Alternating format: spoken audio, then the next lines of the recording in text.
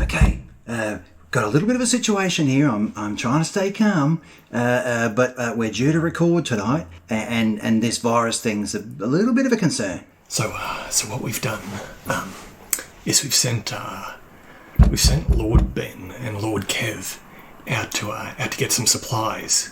We were after some beer and toilet paper, because with the four of us in the room, we need to make sure that we've got enough.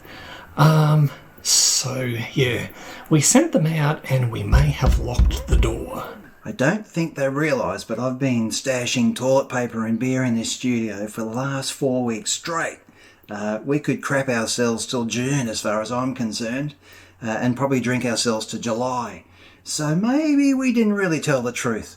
But if this social distancing thing needs to happen, then 4 guys in a studio is just an issue. It's just not going to work.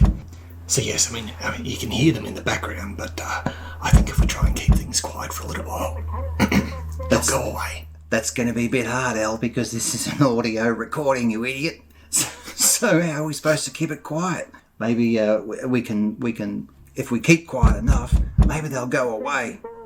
Or we can push that button that has the poison gas that shoots outside the door. Why did we get that installed? Just a precaution. Just a precaution. Christ. Okay, maybe we should just get on with it. So this isn't the Lord. This is the Lord's Allowed. This isn't the Lord's Allowed. It's I don't know half what the you call Lord's it. Allowed. Half the Lord's Allowed. Half-assed as always. It's the half-assed Lords of Loud half show. So let's give it a crack. All right.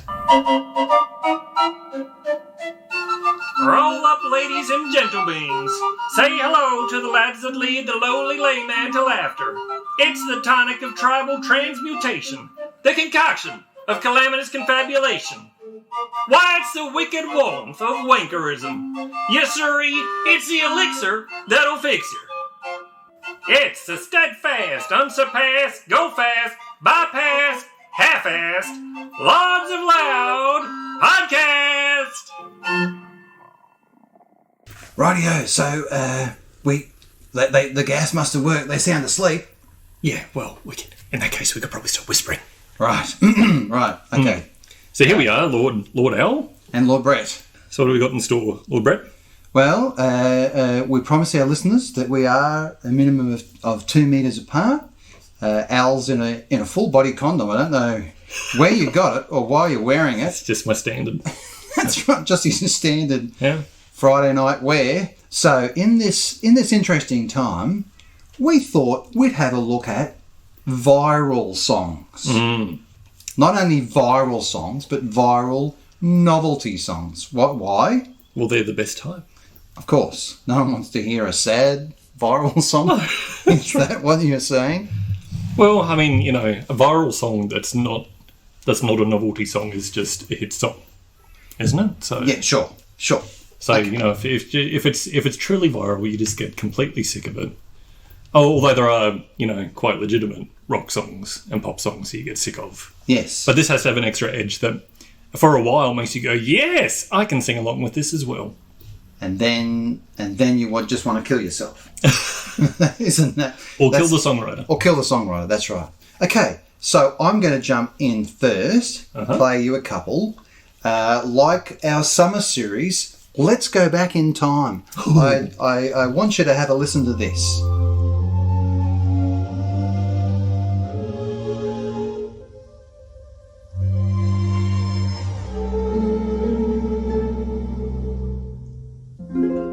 There's a song that I recall my mother sang to me. She sang it as she tucked me in when I was 93. Who was that bum?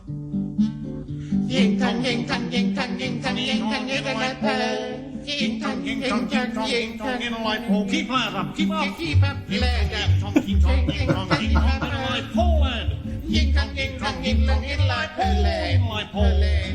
Ying-tong, ying-tong, ying-tong, ying-tong, ying-tong, in a light pole. Ying-tong, ying-tong, ying-tong. Okay. Okay, so I'm assuming the Goons. That's the Goons. Uh-huh. Now, 1956. Okay. Spike Milligan makes a bet with his brother that he can write a song that makes it into the hit parade, that's what we called it back then, with only two chords, G and D7th. And you just heard it. The Ying Tong song. Really? That made it into the charts. That made it into the charts. Number three. Number three. The Ying Tong Idolai Po song, or the Ying Tong song. My dad was into the Goons. He wasn't in the Goons. He's not that famous. And so inadvertently, I heard this song. Wow. The Ying Tong song. Have you heard this song before? I haven't heard it. I don't think I've heard the original one. I possibly at some stage heard my dad singing it, but he sang lots of weird little things. So. Right, let's move on. I'm going to take you a whole 10 years beyond that song to 1966. Have a listen to this one. Jetzt wir singen zusammen die Geschichte über den Schweinkopf, den Hund und den lieben Red Baron. After the turn of the century, in the clear blue skies over Germany, came a roar and a thunder men had never heard, like the screaming sound of a big warbird. Up in the sky, a man in a plane, Baron von Richthofen was his name. 80 men tried, and 80 men died. Now they're buried together on the countryside. 10, 20, 30, 40, 50 or more, the bloody Red Baron was rolling up the score. 80 men died, trying to end that spree of the bloody Red Baron of Germany. Have you heard this song before? Well, there you go. Now, you haven't got the good part. This song What kind of novelty hit song is that? This is called Snoopy versus the Red Baron. Ah. And Snoopy comes in. Let me just fast forward a bit. Now Snoopy had sworn that he'd get that man, so he asked the great pumpkin for a new battle plan.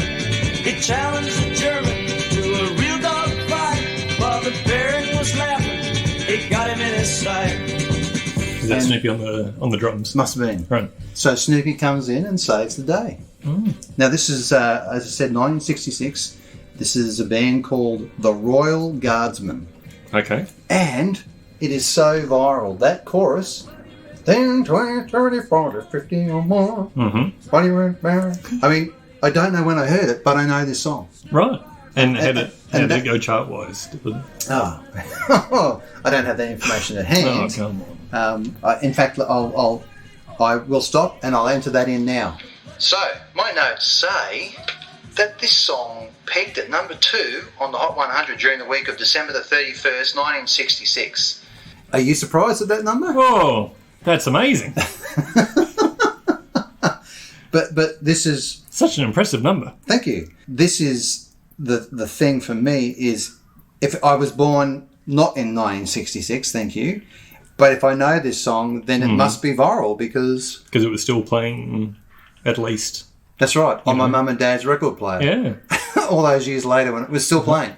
So either it was a viral hit that continued and you heard it on the radio, or your parents were locked in the past, unable to move forward. Yes. And they kept on playing that song. Yeah, but there you go. That's that little about... And again, it's an American band, and it has a positive ending because that Snoopy smashes that bloody Red Baron of Germany. Well, it's not an uplifting ending for the Red Baron, is it? Not for him. Let's go to 1976. Can you hear the drums, Fernando? I remember long ago another starry night like this. In the firelight, Fernando, you were humming to yourself and softly strumming your guitar. I could hear the distant drums and sounds of bugle calls were coming from afar. There was something in the air that night. The stars were bright, Fernando. They were shining there for you and me, for liberty, Fernando. Though we never thought that we could lose, there's no regrets. If I had to do the same again, I would, my friend Fernando. Oh, ring, oh, why don't you give me a call? Hey, you! ring, happiest sound of them all. Oh, dear. Right, so I'm assuming Norman Gunston? Yes. Uh-huh. And his salute to ABBA. Yes. Well, they're very, very viral songs in themselves. Yeah, Although serious pop. that's right. Um, And he's just done this lovely he's butchered them. Yeah. little parody. Is it a parody? I don't know. Because he's being serious about it. Uh-huh. I encourage people to watch the film clip. It's absolutely brilliant. Okay. And in fact, he did a number of songs. He did Skyhook's horror movie, but he just does it in that lovely Australian accent, broad as ever. Yes, dulcet tones. Yes, and this was a viral hit in 1976. I heard it on a compilation album that we had purchased. Okay. So it was big enough. Was it enough to make hits of 76 or something like that. So I'm a big Norman Gunston fan. Again, this is sadly or of course happily to my dad's influence, because my dad was a big Norman Gunston fan, and Arnie Jack. Was Arnie Jack another one of your relatives? That's right, Arnie Jack and Arnie Phil. Shout out to Arnie Phil. Sorry, Phil, they're still sticking it to you. This one I feel a little dirty about. Folks, I'd like to sing a song about the American dream. About me. About you. About the way our American hearts beat way down in the bottom of our chests. About that special feeling we get in the cockles of our hearts. Maybe below the cockles. Maybe in the subcockle area. Maybe in the liver. Maybe in the kidneys. Maybe even in the colon. We don't know. I'm just a regular Joe with a regular job. I'm your average white suburbanite slob. I like football and porno and books about war. I got an average house with a nice hardwood floor. My wife and my job, my kids and my car. My feet on my table and a Cuban cigar. Now, this was a massive hit in 1993. Yeah. I think it even made the hottest 100 charts or something for the youth stadium. Yeah. I mean, I remember hearing it heaps and heaps on the radio. Might have even been number one. That's how. And again, in retrospect, you sort of go, "Oh, that just." It's a funny song. That's all it is. Yeah. And he swears in it. Yeah. And he. Who doesn't want to sing along with that chorus? That's right. That's right. In fact, we should be singing it now. I don't know why I don't see as much value in it as I see in Norman Gunston's salute to... Really? Maybe in another 20 years I'd feel better about it. I don't know. I think I'd rather go for that one than the Norman Gunston. It's just a catchy chorus to sing along with. Sure. I can't wait to share it with my kids. Yeah, that's right. Isn't that lovely? This is my last song that I'm going to... And I don't know if you heard it, but anyway, we're now jumping to 2002. Have a listen to this one. Whatever. I went down to the beach and saw Kiki. She was all like, and I'm like, whatever. Then this chick comes up to me and she's all like, hey, aren't you that dude? I'm like, yeah, whatever. So later, I'm at the pool hall and this girl comes up and she's all like, and I'm like, yeah, whatever. This is my United States of war. I can't say I've heard this at all. I don't know why. It just makes me laugh. Okay. And so was that much of a hit? It was a bit of a hit. This is, again, this is Liam Lynch in 2002. My eldest daughter loved it. Right. Because she just loves saying something stupid and then going, yeah, whatever. You know? She said, I'm about to tip my bath. Yeah, whatever. So I don't know why this had cut through for me. Again, if you haven't heard it, then there's potential it wasn't a massive hit. I can't ever remember hearing it on the Jays, which I probably was still listening to at that stage. Okay. The youth today. Hey, crazy guys. But it's just a fun punk song with a bit of a catchy thing. Yeah, whatever. And yeah, well, I won't be playing it to my kids. Oh, so I get enough of that. I get enough of that already. So right. Rightio. So that's it for me, Al. What have you got for the lovely listener? Just the one again. Well, I've decided to go for some that people may actually know. So the first one is one that kind of passed me by. I saw it hover about, but I never had to experience the full song. Being too old for it myself and not having kids at that stage. Let's have a listen. Let's have a listen. What's going on?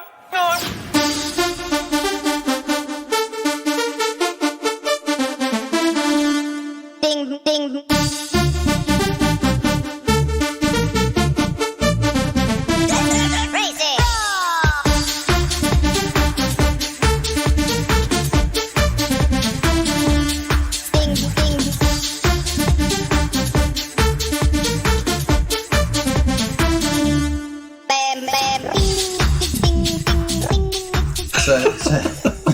Wow. And I was disappointed in some of my choices. This is the ultimate viral song in that I don't know how many listens you can you listen to it all of it at once? Yeah. Well, I think the film clip helped, as in the case with many hit songs. Those two things combined would have made sure it hung around, and it certainly did hang around. So for those lucky enough not to know what this is that's Crazy Frog. Crazy Frog. By some Swedish guy. Doing Axel F, which is the so that's from Beverly Hills Cop. Yes. So Axel F itself, when that song came out from the Beverly Hills Cop soundtrack, that also became a number one. Yes. So whoever it was that did Crazy Frog, also known as, I think it was an annoying guy or something.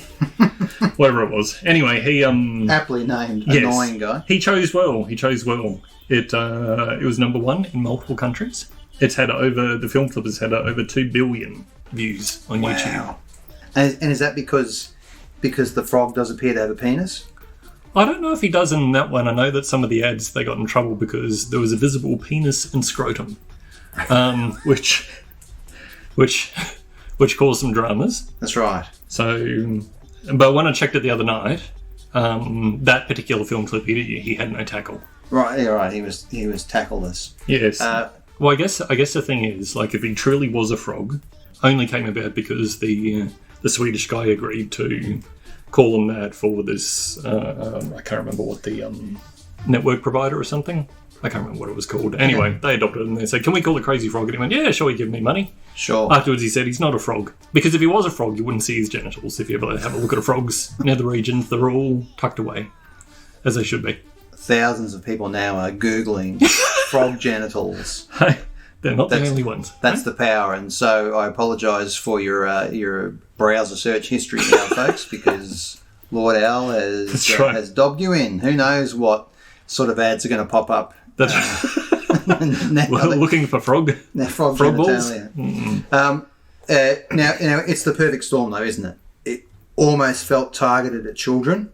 Yes, and by latching on to a number one or a big song already, the existing song was electronic. Yes. So reproducing it meant you didn't have to hire a full band. No, and being instrumental as well. Yeah. And you're not comparing your vocals with somebody else's.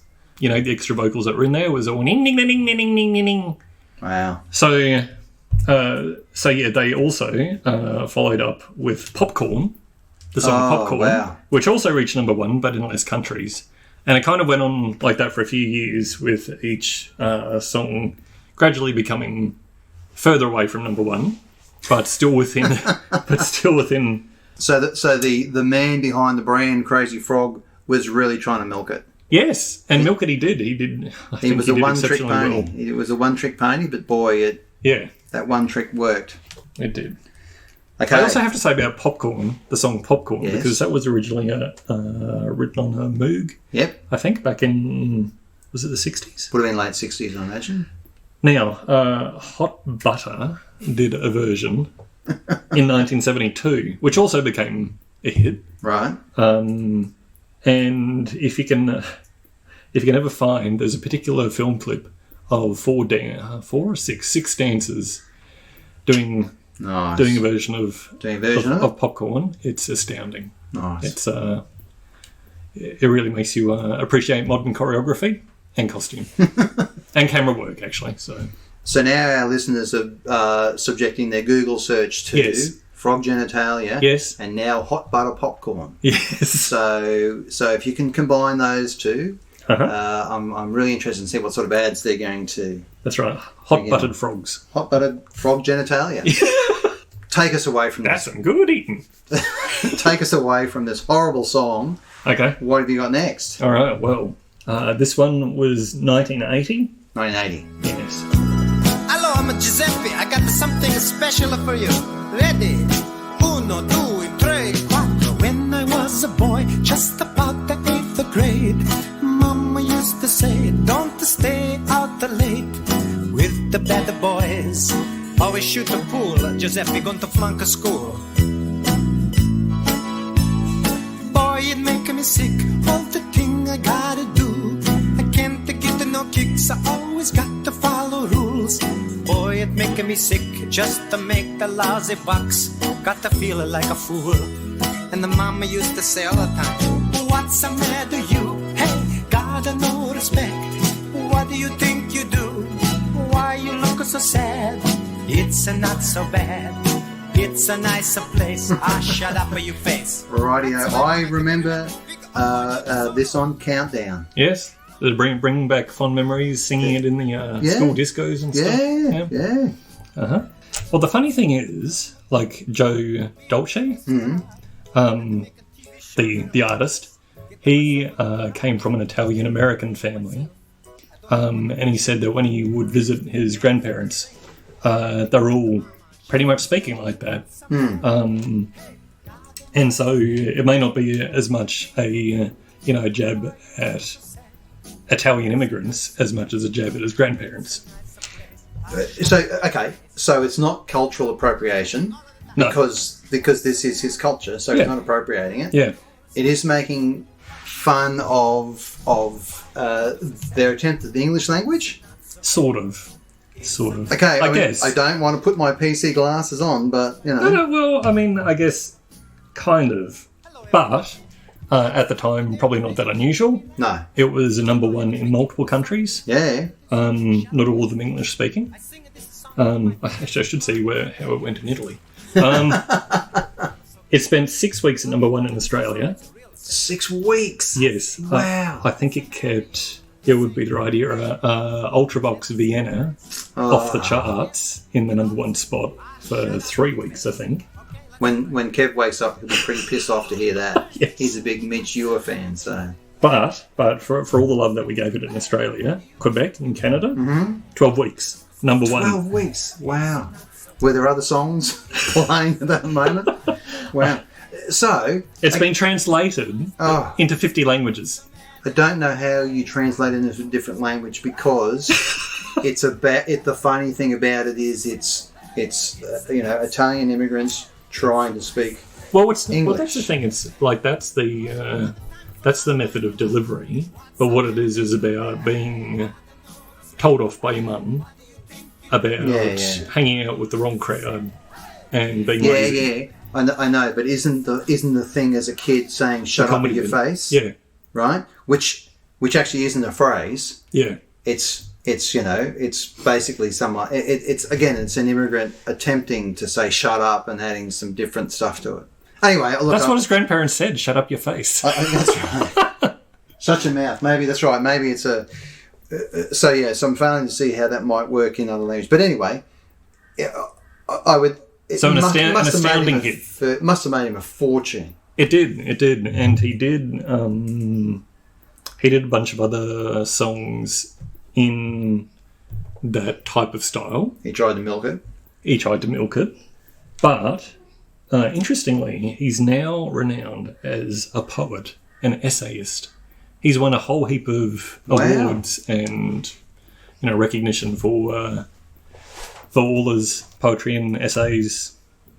So as the young kids say, he's got some mad skills. I'm always surprised at how a viral song can be so little but do so much, right? Yeah. Because this is, it's not even the melody. I mean, it's probably just hooking enough that you can sing along with it.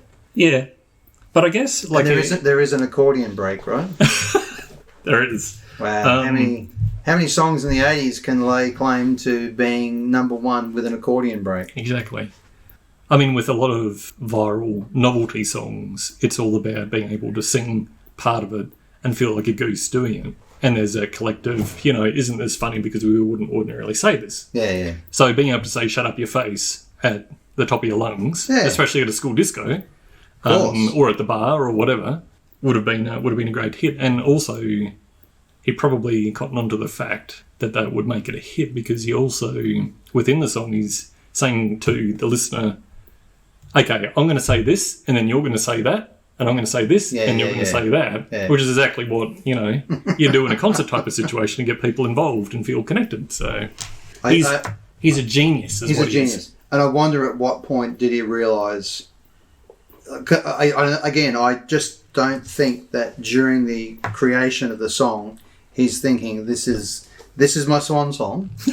This is what I'm going to be the most famous for, and what I'm because again, when you talk about global, this song has global cut through. Yeah. So he can do what he wants with his serious poetness. Yeah. But really, this is it for him. He goes down in Wikipedia, and on his gravestone. Well, the thing is, I mean, like the content basically is a universal theme. Being harassed by your mum. Yeah. So. And swearing. I like it. Well, I don't like it, but I've just said that anyway. Can you move us forward? Can you redeem yourself? I'm not saying those two songs are terrible, but I am. Whoa. Okay. Fine. So, if you hit the button on the next one.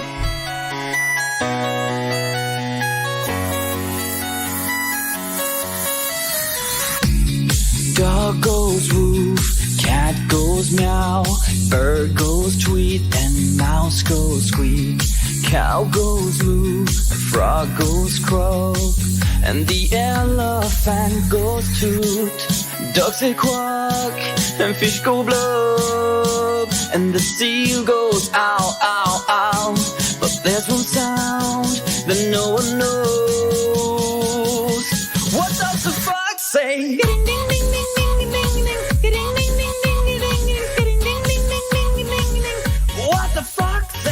Well, is that crazy frog in there? That was my immediate thought. As someone gone, how do we milk this cow further down the road? How do we milk this frog further down the road? How do we milk the fox and the frog? What can you tell me about this atrocious song? Okay, so that's The Foxes by, is it Elvis? I've never heard it said out loud. Never heard it sound like YLVIS, so let's just say Elvis, yes. So which is, it's from 2013, and it was a comedy duo, kind of like Australia's Hamish and Andy. Mm-hmm. So they host a TV show, and that was something that they wrote as an anti-hit. They're like, we're just going to be ridiculous and do something completely stupid. It's not going to become a hit. We're just joking around. And it worked. Boom. Well, sorry, it didn't work because it did become a hit. Yeah, exactly. Top trending video on YouTube in 2013. top 50 generally across the globe, and top 10 in some countries. Wow. So it's and it by again at the time I missed it completely, but I caught up with it a few years later, and when I don't understand. But now that I realise it's a novelty song, because I'm so used to hearing so much music now, I'm just going, I don't understand. Yeah. That is just like, I just put it in that category. It's like, what are kids listening to? Yeah. What are they doing? But to understand that it was deliberate in its obtuseness. Yeah. It's like there is nothing redeeming about this apart from its absurdity. So. Yeah, so it's all tongue-in-cheek. Yeah. And it worked. Are they making fun of animals trying to make noises? Maybe.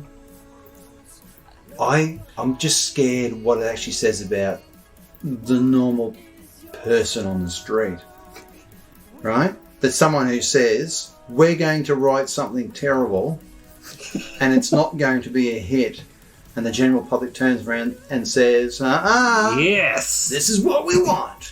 Give us some more. Because you're right, you pulled the link to Axel F. Crazy Frog straight into it. Yeah. And you go, haven't we had enough of this crap? This obnoxious ding, you know? Well, that's the thing, that was, whatever it was, almost 10 years after Crazy Frog came out. The heady days of the Frog era. Yeah. All right. Well, I'm scared now to wonder what you're going to play us next. No, it's not that bad. Yeah, you'll like this one. It's probably like, I think of it slightly as a novelty song, and so do my kids. Yeah. But for others, it's a genuine classic.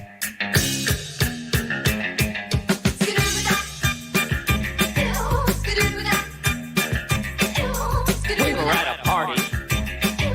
The beer mug fell in the day. Someone reached in and grabbed it. What a rock, lobster.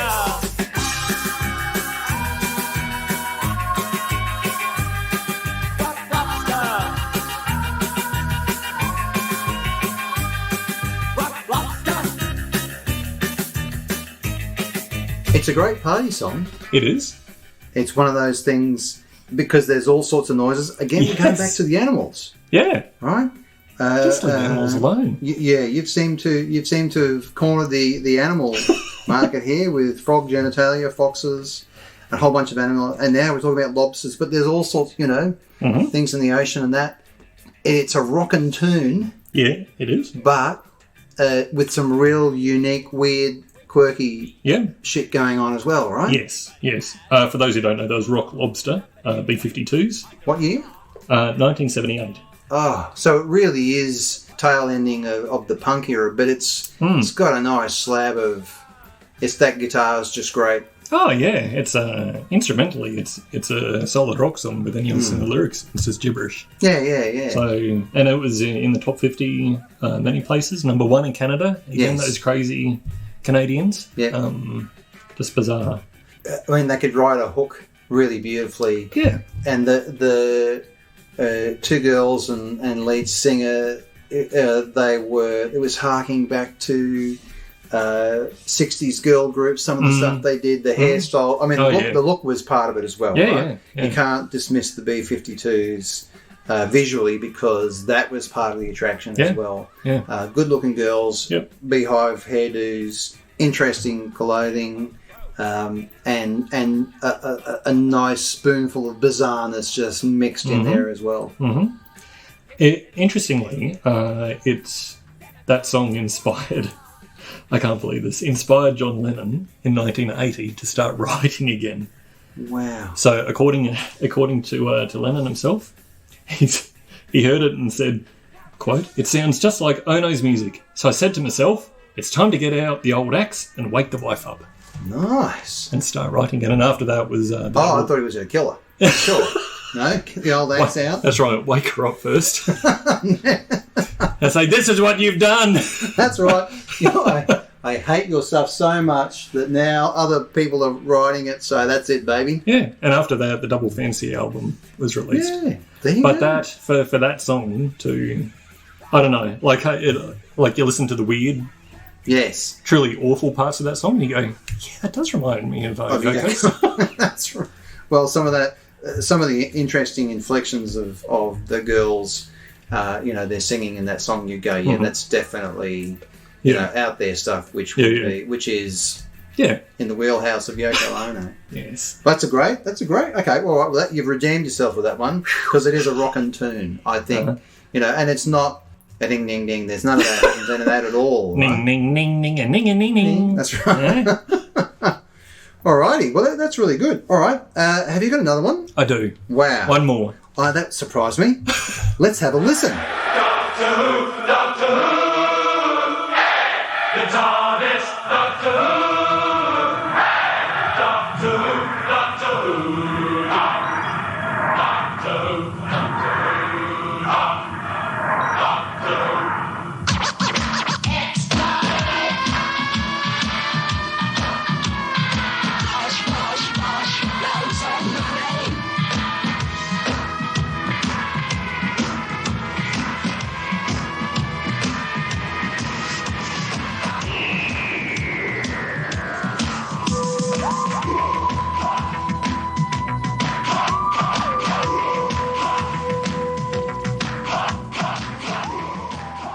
unfortunately used to work in nightclubs at some point, and yeah, I've heard this one way too many times. It's that big beat coming in then, and the siren going in the background. Uh-huh. Wow, what can you tell me about Doctor and the TARDIS by The Flag? Who the hell's The Flag? The Flag. I think that's a... it's an interesting story. Okay, so Doctor and the TARDIS, 1988. The guys who did originally were the Time Lords, and they were also known as KLF. Yes, yep. Also known as Justified Ancients of Mumu. Mumu. Or The Jam. The Jam. So they're a duo. So probably what's happened with that particular version of Spotify is they were unusual characters. Like at one stage after they had a lot of success, I think they burned or gave away £1 million. Right. Which in those days was not to be sneezed at, much as it is today. That's right. Please don't sneeze on your money. That's a public service announcement. Yeah, save it for toilet paper. But what they also did was delete their whole back catalogue. So it's, unless the situation has changed, it's very difficult trying to get any re-released. I don't think there are any re-released anything by them, because the whole thing is a joke. The music industry is just too absurd to worry about. So that is probably a cover version of the original. Right. Thankfully, YouTube is able to provide us with originals. Cool. The version you've just heard is the original by the Time Lords. So that was a mashup of the Doctor Who theme. Yes. And Gary Glitter's Rock and Roll Part 2, otherwise known as was it the Yeah song or the Hey song? It's a Hey song, I think. Okay. Because the whole song is just a dum dum dum dum dum dum dum dum. Then it comes up to the chorus and it sounds like a band of kazoos going hey. So the KLF, yes, did this mashup. Yes. Is there a reason why it's about Doctor Who? I think one of them had been playing with the Doctor Who theme for a while. Right. Because the Jam, that was more the sample-based incarnation of the duo. Right. Whereas the KLF was more original type of stuff. But they knew that they just wanted to have a real tinker with trying to do something stupid and commercial. Yes, yeah, okay. And so they went, okay, well, we won't call it any of our other stuff. We'll call it Time Lords. We had to play around with this. They were trying to do a dance song, and the beat that one of them had come along with was very similar to the Gary Glitter song. Yeah. The other one pointed out, and they went, oh, we can't use that. That's stupid. And, 2 days later, they said, no, this is a hit. Brilliant. Yeah, this is a hit. So, it went from there, and there's a part in the song that I never knew until extremely recently what was being said, and it was bosh, bosh, bosh, loads of money, which is what the Dalek says. Oh, wow. Bosh, bosh, bosh, loads of money. And that was actually from another novelty song by Harry Enfield, mainly a TV comedian in the UK. It was a novelty song that he brought out called Loads of Money, and it was released just a month before Doctor and the TARDIS was released. So they're all on top of it. So unlike the previous songs, there was no tongue-in-cheek here. These guys were out and out. We're just going to make a commercial hit here, and of course they're just. I mean, again, it's perfect. It's got that great beat to it. Yep. It's of the time where that repetitive siren going through it. If the listeners could see at home, I'm clutching my temples and rubbing them in pain, remembering that siren just going on and off, and then interesting, isn't it? Because that Doctor Who bit is quite distinct. Yeah. And it really works with a cracking beat underneath it. Yeah. Sad to say. Well, it's like even just when you think about the siren, it's a little clever because that type of siren. Generally, the idea is to alert people, to get them, paying attention. And so it's like, what better way to get people to pay attention to your song as well than to slip that in? you're doing something that's extremely familiar and very British with Doctor Who. Yeah. And you've got this great drum rhythm in there. But as Bill Drummond, who was one of the guys who wrote it, even he said it's probably the most nauseating record in the world. Wow, and he's part of that creation team. I love that. Yeah, but shortly after they did that, they released that book that I've talked about previously, where it was, if you want to write a number one song, this is what you need to do. Right. And one of the things was you need to have a chorus that can be shouted out by drunk men at 2 a.m. at a pub. Yeah. And that fits the bill perfectly. Right. So, but it is actually one of my favourite songs from that time. It's probably the first song where I went, head started bobbing along going, yes, I really get this. And the B-side was great because it was more an ambient version of the Doctor Who thing. Okay, all right. Fond memories. Fond memories. To sum up, what have we learnt today, Lord Owl? Novelty sells. Well, if we want to write a novelty song... Animals, yes. Gibberish, like gibberish, and maybe saying things that are a little taboo might work for you as well. Some sort of melody that is so hooky, young children will pick up on it and sing it until you vomit. That's got to be part of the formula as well. Yeah, maybe that's a secret, just to get it in the kids' ears, and then they'll force the parents to pass it on like a virus. Yes, I like it. They're little carriers. Filthy girls. What's interesting though is I don't know whether we should intentionally try to write a viral song or unintentionally try to, because either way it appears to have worked. We've shown tonight that if you decide not to do it, it can happen. Yes. Or if you decide to do it, it will happen. I think definitely you have to be conscious about writing a novelty song, but whether it's going to be a hit is another thing. Right, well, we'll wait and see. And I think I can hear some scrabbling at the door, which means that the other lords are probably just coming out. It wasn't fully poisonous, it was only half poisonous. So the effects of the gas are starting to wear off, folks. So we may need to wrap it up. And what are we going to do, dose them again, or we should just hit them? I think if we just give them a little dose. And then make a quick getaway. Right, okay. Until you hear from us again, that's it from Lord Owl and Lord Brett. And I don't know, we hope to see you sometime in the future. And remember, sneeze into your elbow. Thank you, ladies and gentlemen. That's all from us this week.